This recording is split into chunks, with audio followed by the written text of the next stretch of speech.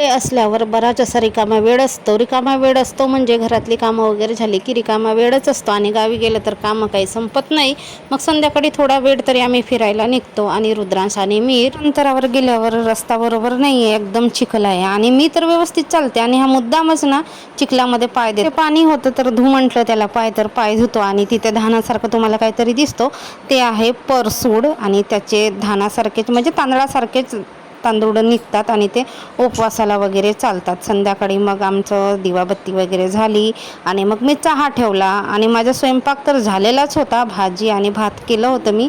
तितक्यातच मग रुद्रांशचे पप्पा, माझे आजे सासरे राहतात इथे आजूबाजूलाच्याच गावाला, तर त्यांनी बोलवलं होतं. तर त्यांनी ह्या सात्या दिल्या होत्या, अनाथ सात्या, आणि खूप छान अशी टेस्टी लागते याची भाजी. टेस्टी आहे तेवढीच हेल्दीसुद्धा आहे, आरोग्यदायी आहे आणि नॅचरल आहे. जे नैसर्गिक असतात, जमिनीमधून निघतात आणि ते आपल्याला नेहमी खायला मिळत नाही, तर त्या त्या हंगामामध्ये मिळतात. तर त्या त्या हंगाम म्हणजे कोणता, तर फक्त आताच थोड्यापासून गणपती दुर्गापर्यंत निघतात. पण ह्या वर्षी इकडे आमच्याकडे पावसाचा ठाव ठिकाणच नाही, त्यामुळे उशिरापाशिराच निघायला लागले.